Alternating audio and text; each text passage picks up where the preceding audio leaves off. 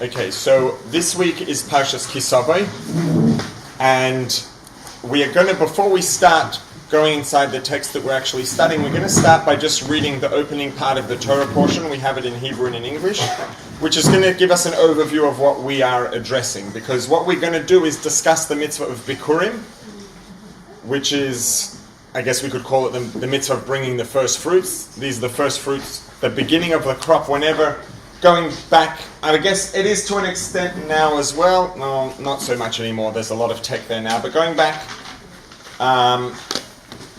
centuries and certainly millennia, there was a lot of agriculture in Israel. I guess really the whole world was, you know what, let me just check the focus on this. The whole world was predominantly agricultural.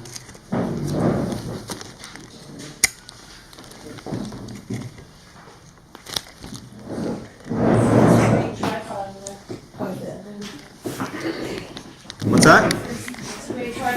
Well, there's no room for a tripod on the table, so yeah, we're improvising. Okay, so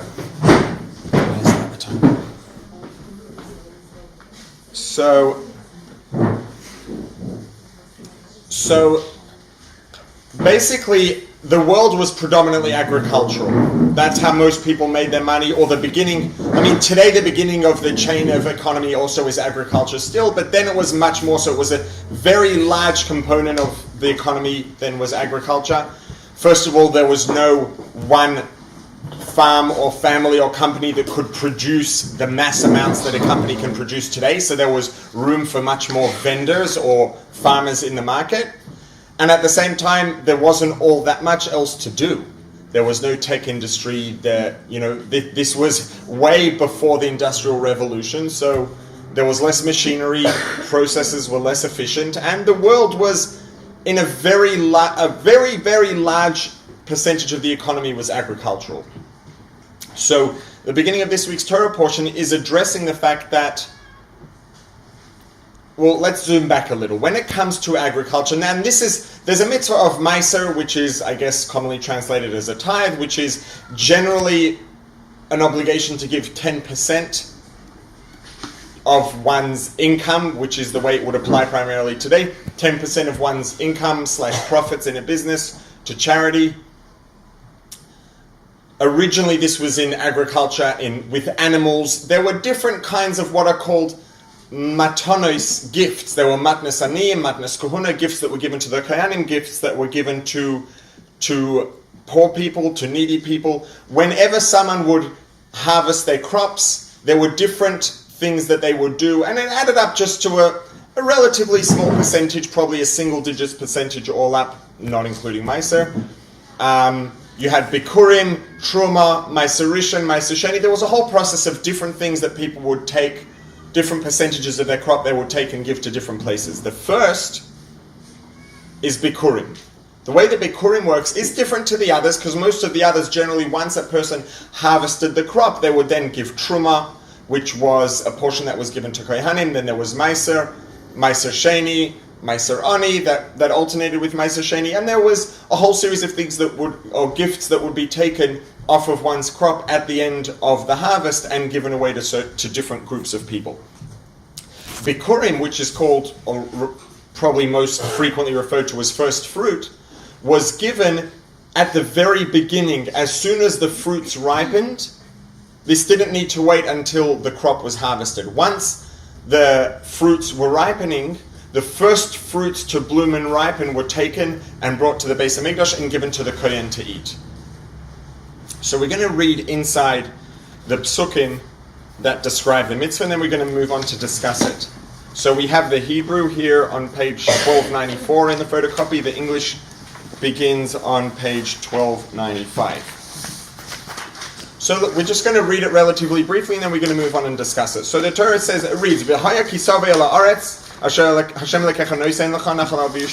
what will be when you will come into the land that Hashem gives you as an inheritance, and you will settle it, and you will take from the first or from the earliest of all the fruits of the land, i.e. the first fruits to ripen within the crop, asher tavi me'aratzecha, which you will bring from your land, asher Hashem lekecha noisecha, the land that Hashem gives you. V'samta b'teni, you shall place it in a basket. V'alachta lamakom asher yivcha Hashem lekecha l'shaken shmo sham. You will bring it to the place that Hashem will choose to rest His name / His glory there. Or up to verse 3, Gimel. V'asal hakohen asher yeh b'yomim hahem. You will bring it to the kohen, to the priest who will be in that time. V'amarta elav, you will say to him, Higadati hayom l'Hashem lekecha ki vasi al haaretz asher nishba Hashem l'avosenu lo tislanu. I am proclaiming today, I am announcing that I have come to the land that Hashem promised to our forefathers to give to us. V'lokach hakohen hatena miyadecha, over the page 1296 in the Hebrew. And the kohen, the priest, will take the basket from your hands. V'nicha lifnei mizbach Hashem lekecha. He will place it before the altar of Hashem your God. V'anisa, and you will reply, Amarta lifnei Hashem lekecha. You will say before Hashem your God, Arami Yovedavi. And there's a whole thing, a little bit of earliest of Jewish history that would be read out in the Beis Hamikdash. That's the next few verses. It talks about the things, the experiences that the forefathers went through. Coming to Mitzrayim and the slavery in Egypt, etc. The fact that Hashem took us out of Egypt and brought us to this place, to Israel, to this place. So we're now at the end of verse Tes, verse 9. Hashem has brought us to this place, as in parentheses, as promised. He gave us this land, Eretz Zobas Chalav Udvash, a land flowing with milk and honey. And now, I have brought the first fruits of the land, or the first of the fruits of the land, literally, if you want to translate it technically. Hashem nasata li Hashem, which you, Hashem, have given to me. You shall place it before Hashem your God, and you shall bow, you shall prostrate yourself before Hashem your God, and you shall be happy with all the good, which Hashem has given you. To you, the Levi, the Levite, the Ger, who are in your midst.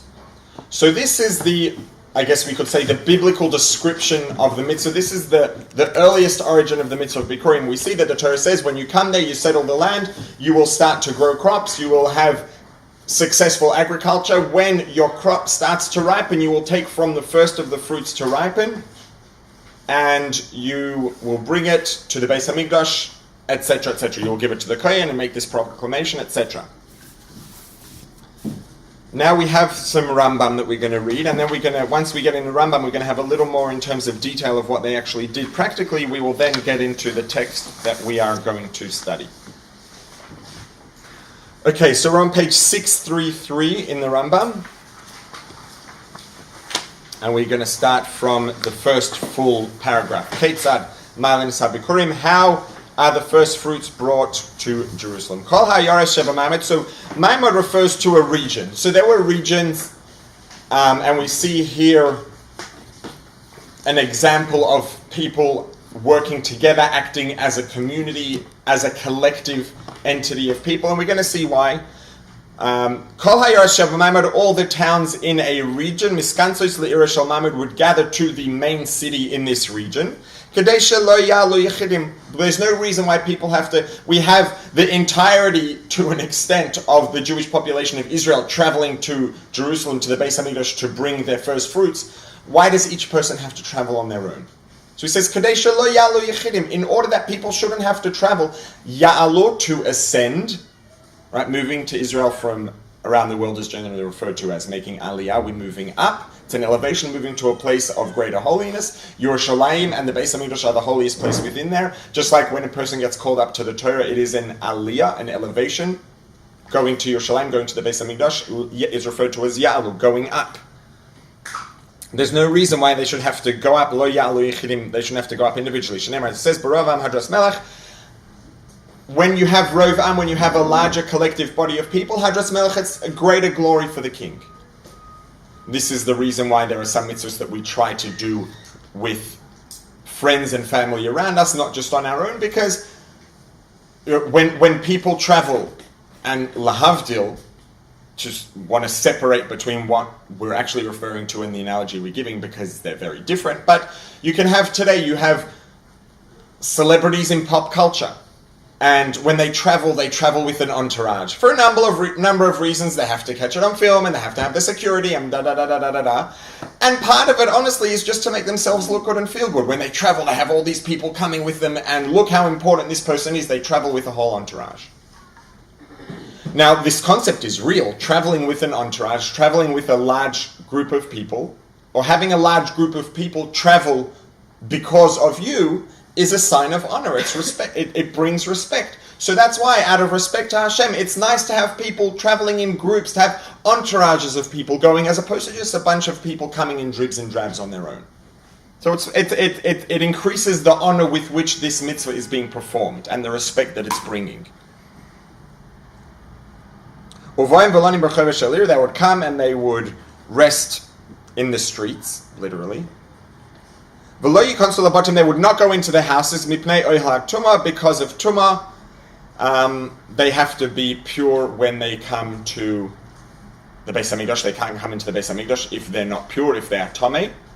And the rules of tumah, of impurity, get infinitely more complicated inside what's referred to in halacha as ohel. Ohel literally means a tent. The way that tumah works is impurity. Generally, a very quick summary of what is many chapters in Rambam. Tumah, impurity. Now, just again, for the sake of accuracy and keeping things clear, when we refer to purity and impurity halachically, it's very different to what we would refer to as being pure or impure in a physical sense, within a physics or a chemistry lab. You would talk about impurities, contaminants. These are physical things that are physically measurable, and they can, in some senses, things that are impure, we think in daily life of things that are impure, or perhaps we would say unclean, unhygienic, dirty. This is not what tumah is. Tumah, halachic impurity, has nothing to do with physical hygiene. It's not these are not physical impurities or contaminants. It's a spiritual thing. It's something. Tumah doesn't actually exist physically. It exists spiritually. Now, spiritual reality has halachic ramifications. It has ramifications in Jewish law. And that's just to clarify what we mean when we say tumah and impurity. Now, the way that tumah works is, or some of the way it works is, it generally tends to travel upwards. When it hits something, if it's the right dimensions, it spreads beneath and is contained underneath that surface and fills the entirety of the volume under that surface. So if there was something, and this is primarily in reference to tumas meis, to very high levels of tumah, if there were, God forbid, a corpse in this room, because it would be under the same ceiling as the rest of us, we would all become impure. Now, as soon as people start entering homes in Jerusalem, wherever they are traveling on the way, they've gone through a process, they have purified themselves, they've prepared themselves to come to the Beis Hamikdash. Now, they're going to come into the Beis Hamikdash, they stay in someone's house on the way, there's an impurity in that house, boom. They now have to go through a whole process, they have a week of purification, and they have the ashes and the paradum and all these things. It complicates things tremendously.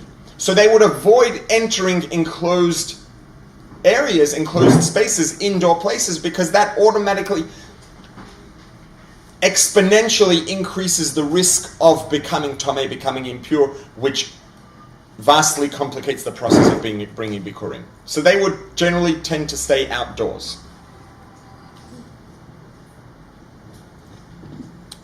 In the morning, the mamuna, the representative, the leader of the group, would say, "Kumu, arise, get up, v'na'ale tzion el Hashem Elokeinu, we are going to Zion, to Hashem. V'hashor helech lifneim, they would have an ox that would go ahead of them. V'karov mitzupim zav, its horns were coated in gold.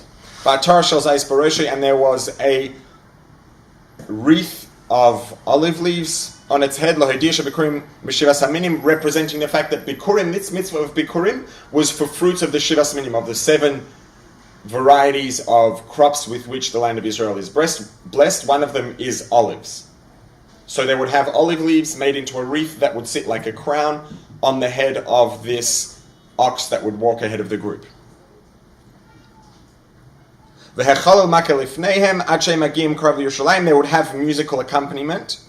V'heim holchim b'chol haderech v'korim. They would go the whole way and they would read Samachti ba'omim li beis Hashem nelech. I was happy when I'm told that I'm going to the house of Hashem. They wouldn't travel a whole lot during the day. They would only travel, it's a fair bit, but they would travel 2/3 of the day. They had to rest. When they would arrive close to Yerushalayim, to Jerusalem, they would send messengers ahead to let the residents of Yerushalayim, of Jerusalem, know that they are arriving. They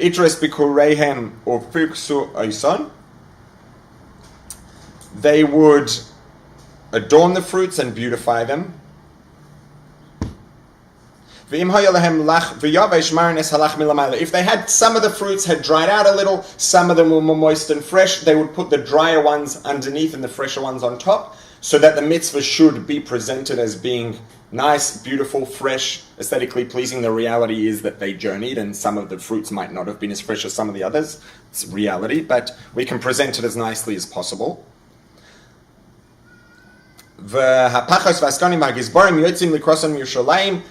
People in various positions would come out to meet them from Yerushalayim. They would come out in proportion to the people that were coming, that were arriving. If a large group of people was arriving, a large group of representatives, of officials from Yerushalayim would come out to meet them. If it was a smaller group that was arriving, remember they were coming in groups from regions. If a smaller group was arriving, a smaller group of people would come out to greet them. Makes sense. When they arrived in Yerushalayim, once they entered the borders of Yerushalayim, they would read, our feet were standing in your gates, Jerusalem. Continuing, all the literally professionals in Yerushalayim, the creative professionals in Yerushalayim, would stand before them and ask them how they were doing. Achenu asked them about their welfare. Achenu, over the page, Anshe Makom Ploni, our brethren, people from such and such a region. Boyachem b'shalom, come in peace. They would continue to travel in Jerusalem, in Yerushalayim, and with the musical accompaniment, until they would reach the Har Habais, the Temple Mount. Once they reached there, they would then get ready for the formal procedure. They would take the basket of fruit, place it on their shoulders, and say Hallelujah, praises Hashem, Hallelujah. They would read Tehillim, they would read Psalms. Ad Kol Hanshamat Hallelujah. This is basically the last Psalm, Psalm number 150. V'hei Mahalchim b'Har Habais, they would continue to travel in the Har Habais, and they would read Psukim, they would read Ad Shemegin Lazar, until they reached the Azara. Higil Lazar, Dibro Halavim Bashir, Aramim Hashem Kidel Sani V'Gomer. They would reach there, then the Levim would pick up with the accompaniment, and it would continue. Then the process would continue. They would actually bring their fruits, the Bikurim, they would bring it in the Beis HaMikdash. It would be presented, and as we read in the Psukim, you just go find back and read the text and read it out.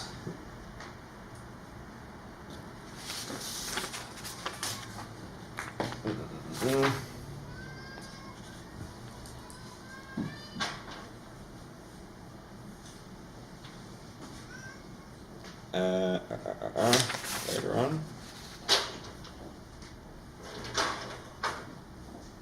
So it says in Pasuk Yud, "V'hinachto lifnei Hashem Elokecha," you shall place it before Hashem your God. V'shtachavison, you shall bow, you shall prostrate yourself.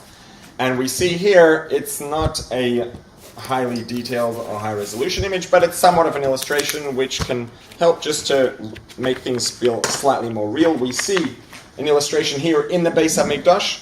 We have the Mizbeach, the altar, which was actually a rather large thing. And we see here people placing their Bikurim here in proximity to the Mizbeach, which is what it said, I have placed them, you will place them before Hashem your God. We see people bowing. This is, to some extent, an illustration of what actually happened with the mitzvah of Bikurim. They would come, they would place their fruit next to the Mizbeach, and they would bow. Now let's go into the text of the Sikha that we are going to be learning. We're going to be taking this, as usual, taking some deeper lessons out of these things that we can apply to ourselves in day-to-day life. So we're going to start from the top of page 95. Do you need a copy? Are there more copies? I think I actually might have one here still. That. I have here another copy, so I can take this one. Okay, so we are at the top of page 95, right? Same, yeah, okay. So, Parsha Shavua, this Parsha discusses the mitzvah of Bikurim, bringing the Bikurim, which talks about bringing the choicest fruits of these 7 fruits with which Eretz Yisrael is blessed, from the earliest ones to ripen, to bring them to the Beis HaMikdash, give them to the Kohen. And we would bless Hashem, etc. This is essentially, what are we doing when we bring Bikurim? This is a form of thanking, of praising Hashem, and not just thanking and praising Hashem verbally, but actually bringing the first and choicest fruits in the crop and actually presenting them to Hashem. Now, something that's very different about this mitzvah from other offerings that were brought and given to Hashem is that this didn't get burnt on the Mizbeach. This was given to the Kohanim to eat. So that's something that's a little different to what we generally think of as korbanos, as sacrifices. When we say that we would take some of our property and bring it up as an offering to Hashem in the Beis HaMikdash, we generally associate that with being burnt on the Beis HaMikdash, which was not the case in this mitzvah. And we're going to discuss that in more detail. So we see here, we are second paragraph, first column, page 95. We see 2 different directions here, 2 different directions of lessons we can take. Min hatvua peres haaretz shegodol la'achar she'adam charash v'zara v'ases shar hamalachos hakshuris b'tzmichas peres haaretz. So we have a person, and keep in mind, agriculture generally is difficult work. Now, go back thousands or even just a couple hundred years, the face of agriculture was very, very different to the way it is today. Today, a farmer gets up in the morning, this probably doesn't even happen, this is already going back decades, would hop on a tractor, drive around his field, plow it, put a different attachment onto the back of the tractor, drive around again, drop some seeds that would be spread evenly with a perfect distribution to have the ideal growth of crops, go away, wait for the rain, drive around on his tractor a little bit later with a different attachment that's made to harvest the crops and gather it all in, and then they'd have machines to process it. And obviously this is an oversimplification, and this is not to minimize the real hard work that farming and agriculture is. But just for context, today they probably don't even do that. Probably half of that is automated. The farmer probably gets up, drinks his coffee, hops on his smartphone, opens an app, pushes a couple of buttons, and robots are driving around and taking care of most of it. It's my guess, and if they aren't, they should be. And someone should probably get on that, make a lot of money. But agriculture is a lot of work. Going back before tractors, they had very basic machines. They had plows that were attached onto the back of animals. It was really hard work. Growing crops people got up at sunrise, worked all day until nighttime, until sunset, in the field, physically plowing the field themselves, physically sowing the seeds, physically setting up and managing the irrigation systems, physically harvesting with an actual knife in their hand, not from the seat of a tractor or their phone with a coffee. It was real hard work. So we're talking about when someone got to the point that their crops were about ready to harvest, the investment that people had made into getting their crops to this point was enormous. Literally sweat and tears, and probably realistically blood. I'm sure people hurt themselves and got cuts along the way in the process. We're talking real personal investment of all their effort. Every lighting minute of every day, whenever the sun was up, people were out working in the field, non-stop. And then their crops would ripen and they would come and take some and bring it to the Kohen. The first fruits to ripen, you would think, the first fruits to ripen, awesome, there are some fruits, let's go get them, let's bring them inside, let's have a party to celebrate. And then, you know what, we have to thank Hashem, we'll take some fruits and we'll bring them to the Beis HaMikdash. The first fruits to ripen were taken and brought to the Beis HaMikdash.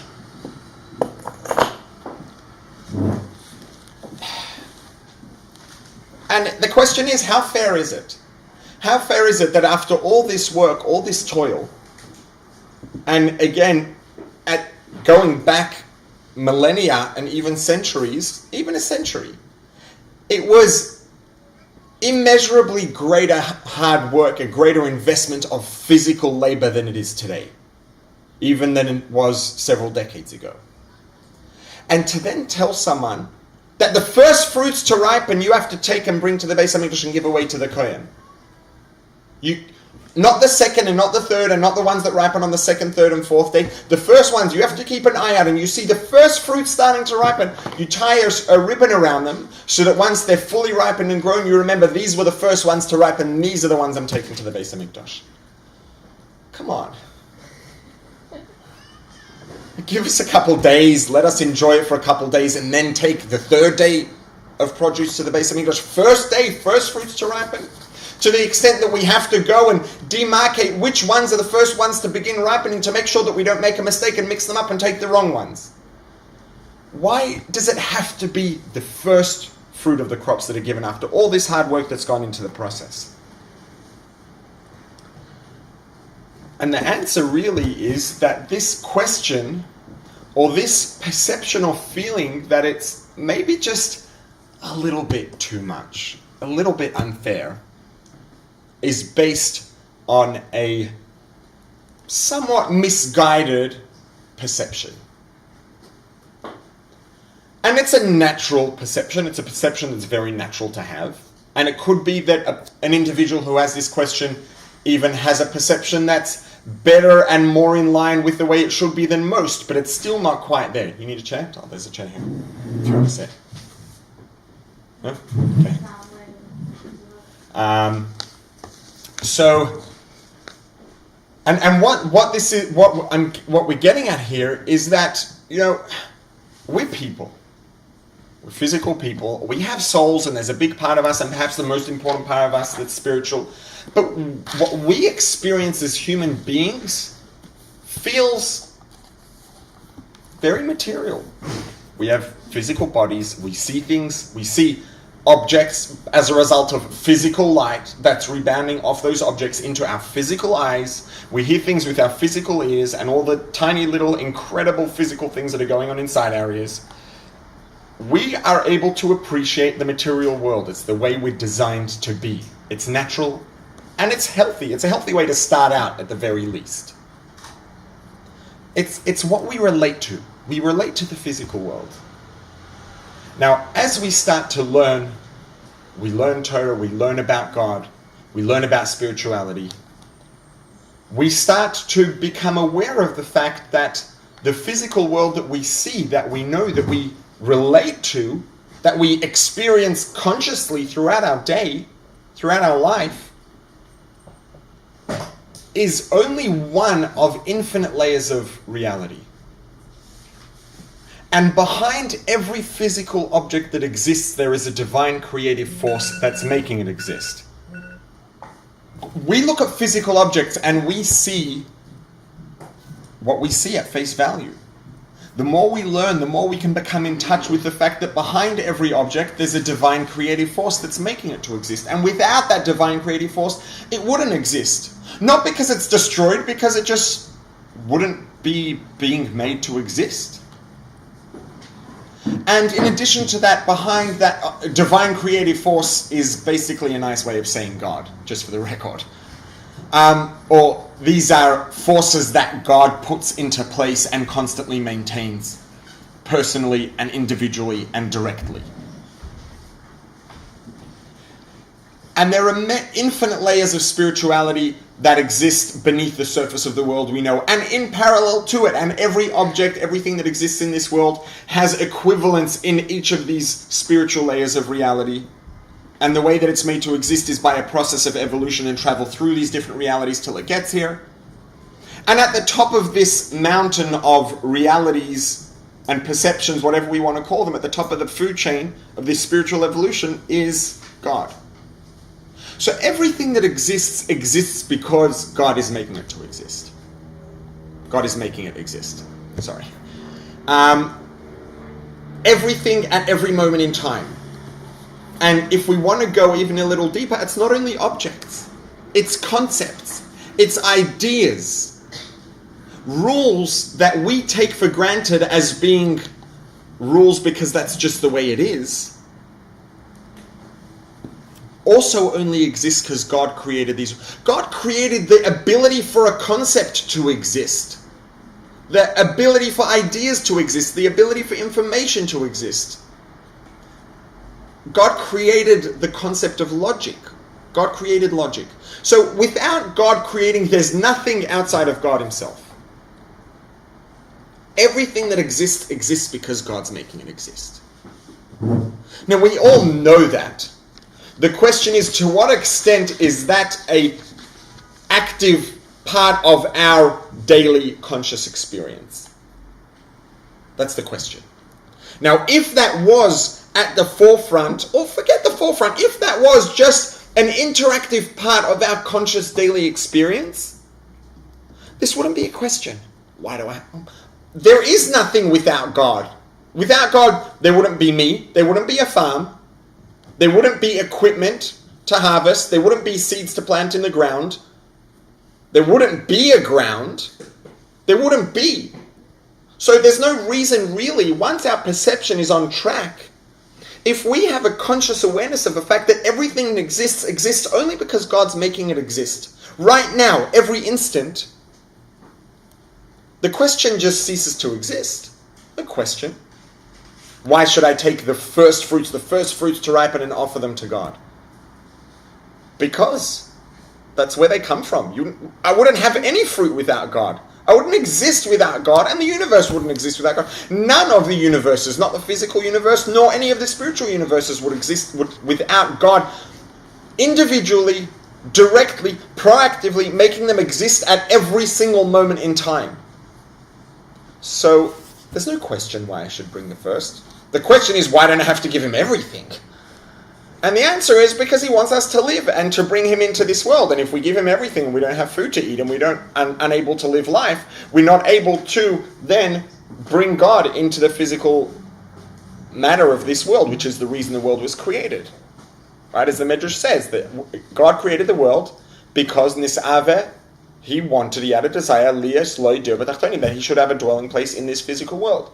He wanted us, by means of observing mitzvahs, by means of learning Torah, by means of following the guidelines of the Torah, to bring him into this world and make him a part of the world. To do that, we have to be alive. We have to interact with the world. We have to keep some of the crops for ourselves. We have to eat. We have to live. But we can now understand very clearly why it makes sense to take the first and best of the crops and to give it to God. Why not? The question now is no longer why, it's why would you ever possibly think otherwise? So as soon as we recognize, and again, for us to have this awareness in a real way and for this to be a real part of our conscious experience on a daily basis is a pretty big achievement. Because every day we wake up and every day we encounter the world again. And there are a lot of distractions, and even before distractions, we're human beings. We relate to the physical world that we can see, hear, taste, touch, and smell much better than we can relate to things that we are aware of the fact that they exist because we learned about them. So it's not... There's nothing wrong with finding it difficult to actually achieve this kind of awareness in a real, conscious, regular way. It's very normal for it to be difficult.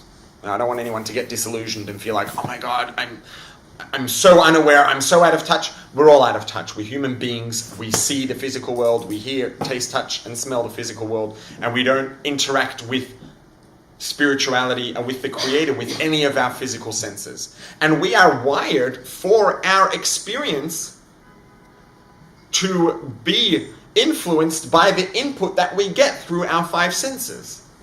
It's natural. We are also wired to be able to affect our experiences through the input that we get through our mind.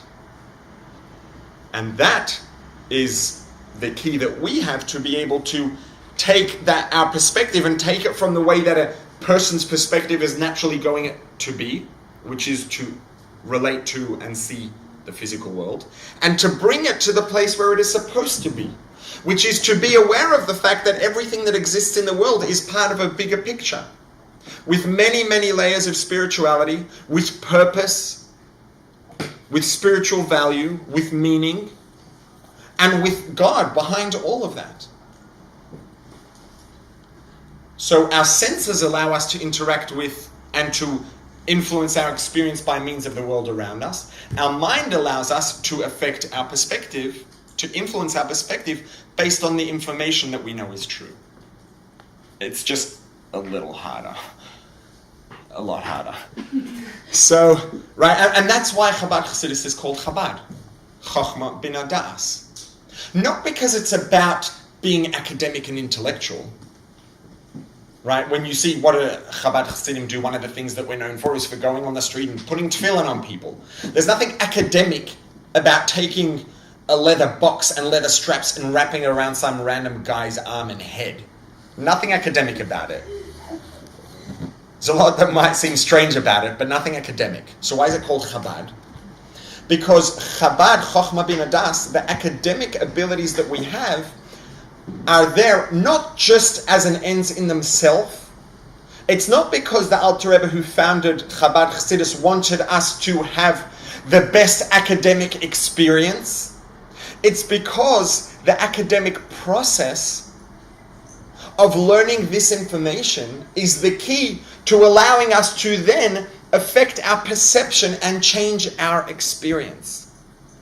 Our actual conscious experience as human beings, the way we see things, the way we perceive the world around us.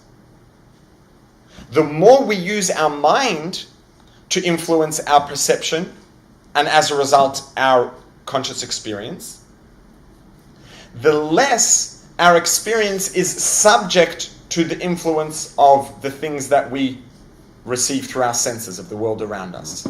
Now, this is not advocating becoming out of touch with the world. If we're out of touch with the world, we're not able to bring God into it.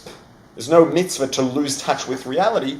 There is a mitzvah, and an actual mitzvah, one of the 613 mitzvahs, more than one of them, to achieve the best accurate awareness that we can of the full truth, so that when we are in touch with the world around us, we're in touch with it with an accurate and complete perspective that includes an awareness of the physical world around us, together with an awareness of everything that's behind it and beneath the surface. Hard work, but it's doable to an extent, and it's a minute by minute job, and it's a job that we're going to have to work at our whole lives, because we're never going to reach a state that we can't progress past further. But it's something that we can work on daily, and we may not notice the baby steps that we make, but if we work at it, we make progress and we'll get there.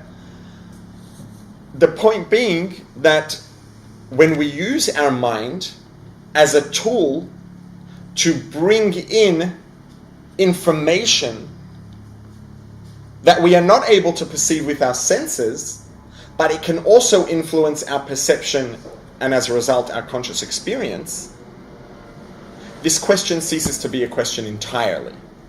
Because after keeping all of that in mind, after that, I guess we could say perhaps rant that I just went on, no one would think of asking, why should I take the first fruits and give it to Hashem? I want to take the fruits that ripen on the third day. I want to keep the first 2 days for myself. What kind of question is that? I feel kind of like an idiot asking a question like that. So, and really, I guess in a sense we could say that it boils down to having a proper, healthy faith. Because all of this is part of faith. Faith doesn't just mean believing that God exists because it says so in a book, and I know that I'm a Jew and I have to follow the mitzvahs, so Torah says that I have to believe in God. Rambam counts 613 mitzvahs. The first mitzvah he counts is believing in God, so I have to believe in God because I want to do the mitzvahs in the Torah. There's nothing necessarily wrong with that, but that's a very, very incomplete version of faith. I would say that a person, if that's the extent of their faith, they probably need a lot of help and guidance in terms of strengthening their faith and making it something that's going to be, even for their own sake as a human being, just more personally rewarding. Right? So this is really what it boils down to, is to having a healthy proper faith, not just a superficial or technical faith that we can technically say, yes, I've checked off the faith box, but actually having a faith that's a part of our lives. As soon as we have that, the question disappears. Because everything we have from, not only comes from Hashem because Hashem gave it to us, the only reason it exists right now is because Hashem is actually making it exist. And that goes of me, not just of my property. Now something else. We're at the top of the second column on page 95. Davar sheni anu lomdim mitzvah. Something else we learn from this mitzvah is from the fact that, and he pointed this out earlier, when it comes to Bikurim, when we think generally of, you say sacrifices, you take some of your property and you bring it as a sacrifice to the Beis HaMikdash. We generally think of that as putting it on the altar, burning it. That was not the case with Bikurim. Bikurim was given to the Kohen who would eat it and hopefully enjoy it. And this is also a very important lesson. It's very important to remember that at the same time as if we have a healthy awareness of the truth, we're going to not only be prepared and understanding, but hopefully eager to take the first and best of our crops and give it to Hashem. The question is, what does giving to Hashem mean? What does it mean to take something and to offer it up to Hashem, to give it to Hashem?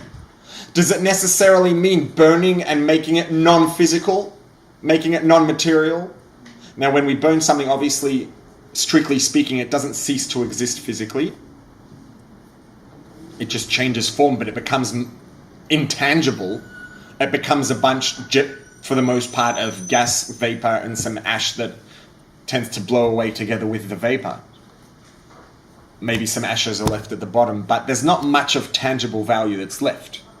Serving Hashem doesn't have to mean destroying physicality, destroying physical experience, moving away from material world and the physical experience.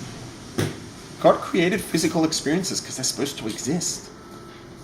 God created food because we're supposed to eat it. He created us with a mouth, with a digestive system, because we're supposed to eat. The question is, how do we eat? Why do we eat? And here I want to read something that's not actually in the printout. It's something that I printed out separately. What happened here was that in this mitzvah, it would be taken and given to the Kohen. So now I'm going to read from Rambam. When Rambam talks about the things that were given to the Kohanim, the matnes kohuna, things that we would give, meiser and truma, bikurim, all the things that people would take from their crops and give to the Kohen. Technically speaking, from a technically economic / legal perspective, there's a partnership between Kohanim and Levim, the priests and the Levites, and the rest of the community. The bulk of the community is Yisraelim, is non-Kohanim and non-Levim. Then there's a small subset within the community of Levim, of Levites, and within that tribe, there's a further small subset of Kohanim, of priests. Now, their job was to be the wholly spiritually oriented members of the community. So Kohanim would serve in the Beis HaMikdash. That was their job. The Levim would assist the Kohanim with their service in the Beis HaMikdash. The Levim generally also were scholars. They were teachers. So these were people who were not in business. They were not generating revenue that was economically contributing to society. But they were doing work that was making a tremendously important contribution to society at the expense of their own financial gain. Because they weren't making contributions that were financially positive to society, society wasn't rewarding them with money. Right? That's the way it works. You provide a product or service that brings value to society, society rewards you with money. They buy the product because it's valuable to them. They buy the service because it's valuable to them. Kohanim and Levim weren't doing something that was making a financially positive contribution to society, at least from a strictly material perspective. So society didn't reward them with money, at least not as part of the natural give and take of a relatively capitalistic society. It's just not the way it works. But at the same time, and this is something that's reflected in many places in the world in law today, that there is a concept of tax deductibility, right? Why are some organizations exempt from giving taxes, exempt from making financial contributions to society to support the government, etc., and all the things that society has to support for the sake of society collectively?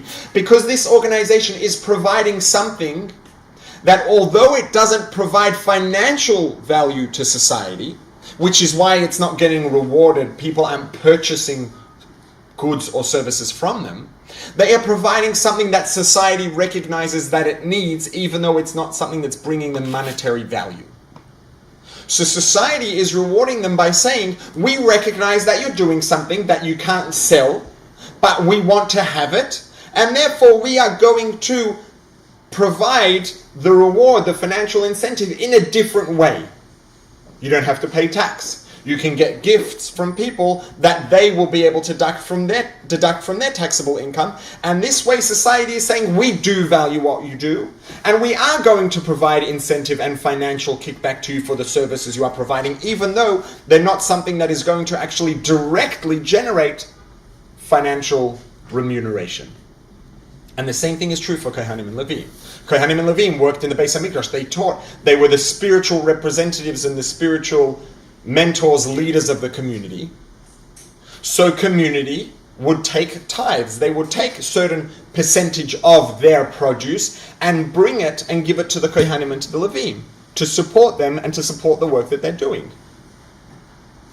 And again, the importance and the focus of Kohanim and Levim on their spiritual service on behalf of the community is reflected to a greater extent to the fact that they were not allotted a portion in the land of Israel. When the Jews came to Israel, the land was divided up between tribes, subdivided into families. Every family got some land that they could work and they could grow produce on, and they could make a contribution to society and be remunerated for, and they could live off of it.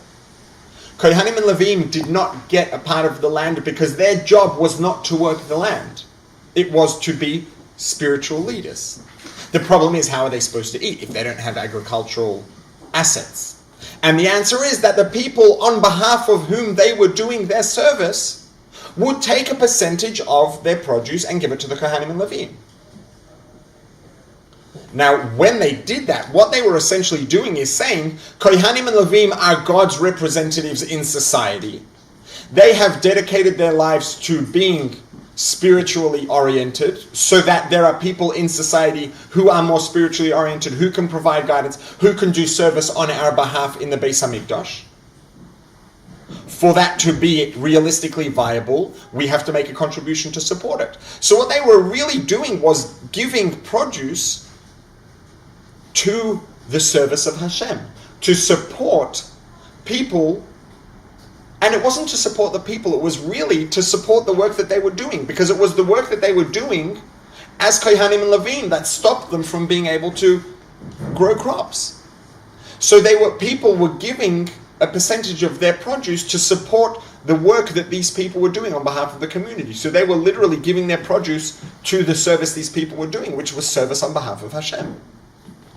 So when they would give their produce to the Kohanim and Levim, they were basically giving it to Hashem. They were giving this produce to support the service of Hashem. Now, keeping that in mind, okay, so I'm going to skip the first paragraph I was going to read, because that basically was summed up. So Rambam says that why didn't Levim, and the tribe of Levi includes Kohanim, get a portion of the land? Because that wasn't their role. They weren't there to be financial contributors to society. They were there to be the spiritual contributors and representatives. And therefore they were generally on a spiritually higher level. They were spiritually more in tune, more in touch, more advanced. And then Rambam continues, V'lo shevet Levi bilvad. The ability to be on a higher spiritual level, to have a higher spiritual conscious awareness, is not limited to being only for members of the tribe of Levi. Ela kol ish ve'ish mikol bai olam, any person on planet Earth, Asher nadva ruchoy oisoi vehevine midatu leibado v'lamed lifnei Hashem l'shoso la'avdoi leida es Hashem. Any person who has basically recognized the truth and decided that he wants to dedicate his life to service of Hashem and to awareness of Hashem, and he follows this lifestyle, Hareze Niskadesh Kodesh Kadoshim, this person has become holy, become sanctified to a very great extent, just like Kohanim and Levim. V'haya Hashem chelko v'nachalosoi, and Hashem is this person's portion and inheritance, just like Hashem is the portion and inheritance of the Levim, which is what Rambam said.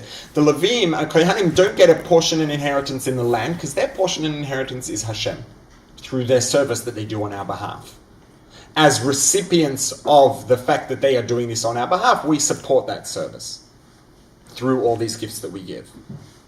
So, what we're seeing here now, coming back to tying this into what we were saying, which was the fact that in this mitzvah, the Kohanim would eat this produce. It wasn't burnt. It wasn't placed up on the top of Mount Everest. It was eaten. Why? Because when a Kohen eats, that in and of itself can be a form of service of Hashem. And a Kohen, as we just read from Rambam, doesn't have to only be someone who is a patrilineal Kohen, someone who is a genetic Kohen, a hereditary Kohen.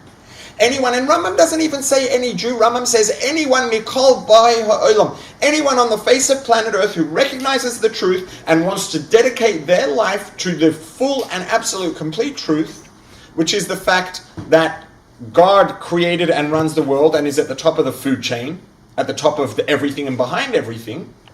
Anyone who wants to dedicate their life to the fullest extent to living a life that revolves around God and service of God and spirituality is to an extent in their own way a Kohen.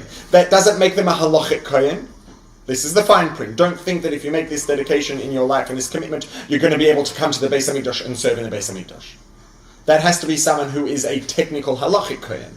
But Rambam tells us that anybody can, to an extent, be a Kohen on a personal level. And when a Kohen eats, that is service of Hashem. That is an offering to Hashem.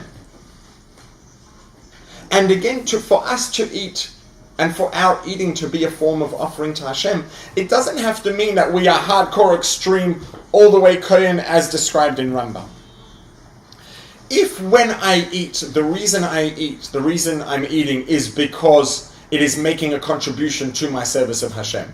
It's providing calories and nutrients that I need to be healthy so that I can learn Torah, I can do mitzvahs, I can make a positive contribution to society. It may be that the contribution that this food is making to my service of Hashem is not just because of the calories and the nutrients. It may be that, you know what, I'm a little worn down, I just need to take a break. Sometimes I just need a good meal to just kind of let me relax and refresh and start again. I can't just push myself to the limit all the time. Ideally we should, but God created us to be fallible, limited human beings. And if the reason I'm having a really enjoyable, tasty meal is because it's something that I know is going to make any form of real contribution to my service to Hashem, then that act of eating is the act of eating of a Kohen. I am eating this food in service of Hashem. Because by eating this food, I will better be able to serve Hashem. It can go even deeper if we're going to go really intense and say that I'm eating because Hashem wants me to eat. I'm not necessarily going to recommend that anyone should demand of themselves that their motivation for eating will only be starting today or tomorrow, that they're eating because Hashem wants them to eat. I don't think that that's necessarily a recommended ideal expectation for anybody to reach overnight, but just put it out there that this also exists. But as long as we are eating with the intention that this act of eating is making a positive contribution to the service of Hashem, in whatever way that is, this is the act of eating of a Kohen. Serving Hashem doesn't have to be burning it on the altar. Serving Hashem doesn't have to be destroying the physicality and the materialness of something and making it as non-physical, as intangible, as ethereal as possible. Not to discount the fact that there is a very big element of life in service of Hashem that is spiritually oriented. It is trying to get in line with the depths behind the physical world that we see and trying to reach a state where our experience is primarily dominated by an awareness of the importance of spirituality and a lack of focus on the physical material experience. That does have a part to play. And a very big part to play, ideally. But that doesn't mean that we have to cease to be an interactive part of the world. It doesn't mean that and it doesn't just mean technically interactive. It means interactive in the sense of a human experience. Another example where eating on Shabbos, Shulchan Aruch, the Code of Jewish Law, says there is a mitzvah to eat and enjoy food on Shabbos. It doesn't say that you only fulfill the mitzvah if you eat and enjoy it and you say, okay, I'm eating, I'm enjoying it. Why am I enjoying it? Because Shulchan Aruch said I should enjoy it, food on Shabbos. Today's Shabbos, okay, now I'm going to enjoy this food. That's not what you have to do to fulfill the mitzvah. You just have to sit down at the table, enjoy the food on Shabbos, bingo, you fulfill the mitzvah. This is just an example, again, showing that enjoyment of interacting with the physical world as a human being isn't necessarily a negative thing. If a person becomes completely materially oriented and all we think about, I wake up in the morning, I just think about that steak, I just think about that food, I just think about all the physically rewarding things I'm going to do throughout the day, the things that are going to stimulate my physical senses, and that's what my life revolves around, that's a very spiritually unhealthy life. It is. But that doesn't mean that a very spiritually healthy life is the diametric opposite of that, which is completely separating from materialism and physicality. It doesn't mean that at all. And the proof is in the fact, or this is represented by the fact, that in the mitzvah of Bikurim, we give it to the Kohen to eat. The act, and this is described as being a korban, being an offering to Hashem. It says you will bring it before Hashem. When a Kohen eats food, that is classified as bringing this food before Hashem, offering it up to Hashem. Any act of eating that is the eating of a Kohen, that is the eating of a person that is doing their best to serve Hashem, and this act of eating is in some way, shape or form a contribution towards their service of Hashem, this is the act of eating of a Kohen, as Rambam said. That the concept of a Kohen can be applied to anybody. When we eat in this way, when our interaction in the world is motivated primarily by the fact that it is a part of something greater, it is making a contribution to something greater, this has a role to play in the infinite divine purpose of all existence, that act of eating now has become bringing it before God, offering it up to God, because the act of eating is a part of my service to God. And this is why it's very important to just not gloss over the fact that the food was eaten by a Kohen, Bikurim were eaten by a Kohen. It's a very important thing that we have to remain focused on and to take something away from. The eating of a Kohen can be classified as offering up to Hashem.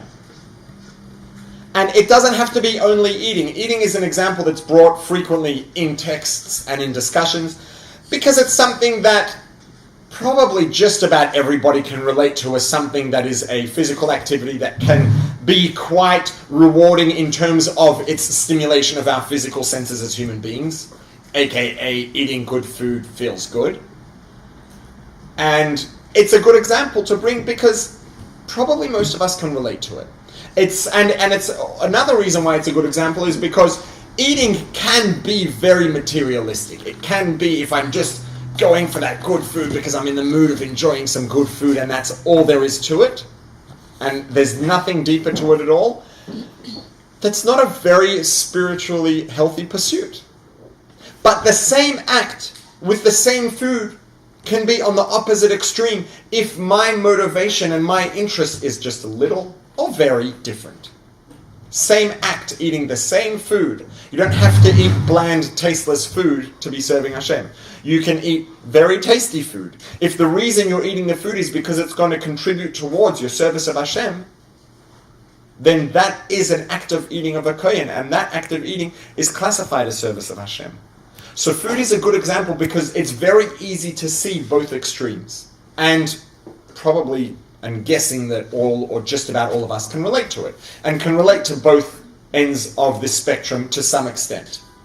Probably most of us can relate to the fact that eating food can be rewarding, eating good food can be rewarding in a very material sense. Just as a Homo sapiens animal, as a specimen of the human species, we are designed to enjoy eating good food. Simple fact.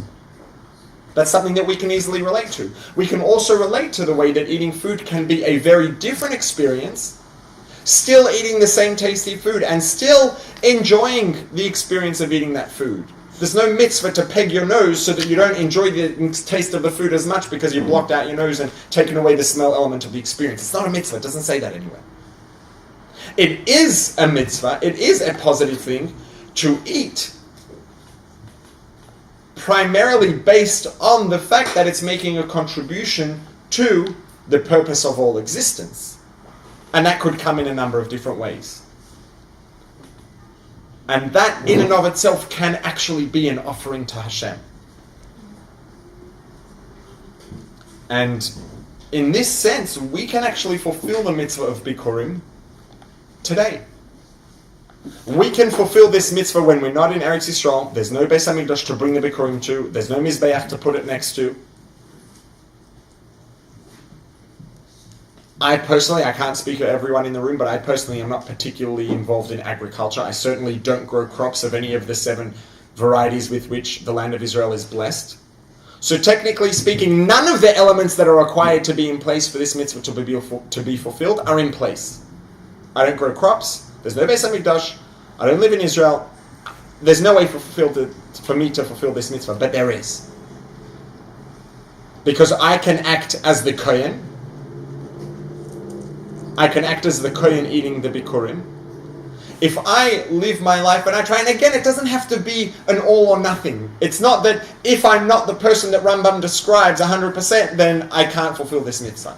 If I make an effort and I try to have the most complete and healthy perspective that I can, an awareness of the fact that everything that exists because Hashem makes it exist, and therefore everything that I have technically actually belongs to Hashem.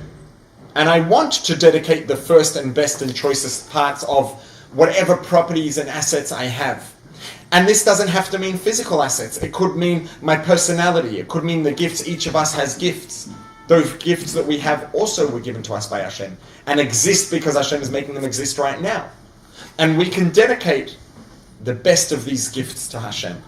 When we do that, when we dedicate the best of our assets, our material assets, our spiritual assets, our personal human assets, our personal gifts to Hashem. And we make an effort that when we eat, it is the act of eating of a Kohen. And it's not only eating. Eating is just a prime example. But the actions that we take throughout our day, our interactions with the physical world, are done with a purpose. They're done as a means of fulfilling the purpose of all existence, which is to make this physical world divine.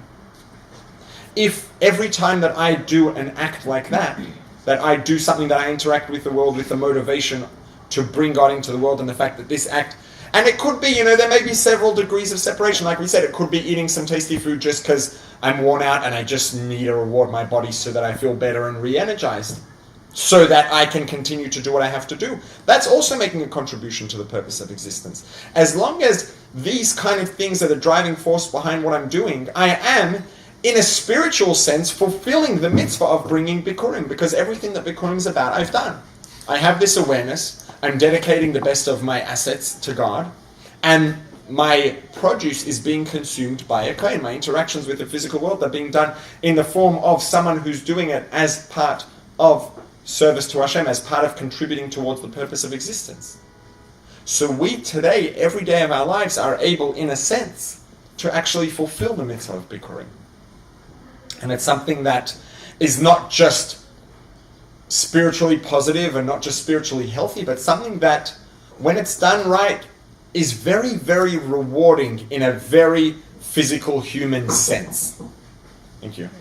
Just as human beings, experiencing a life where everything we do has more meaning to it and is contributing to a purpose greater than ourselves, makes for a rewarding life.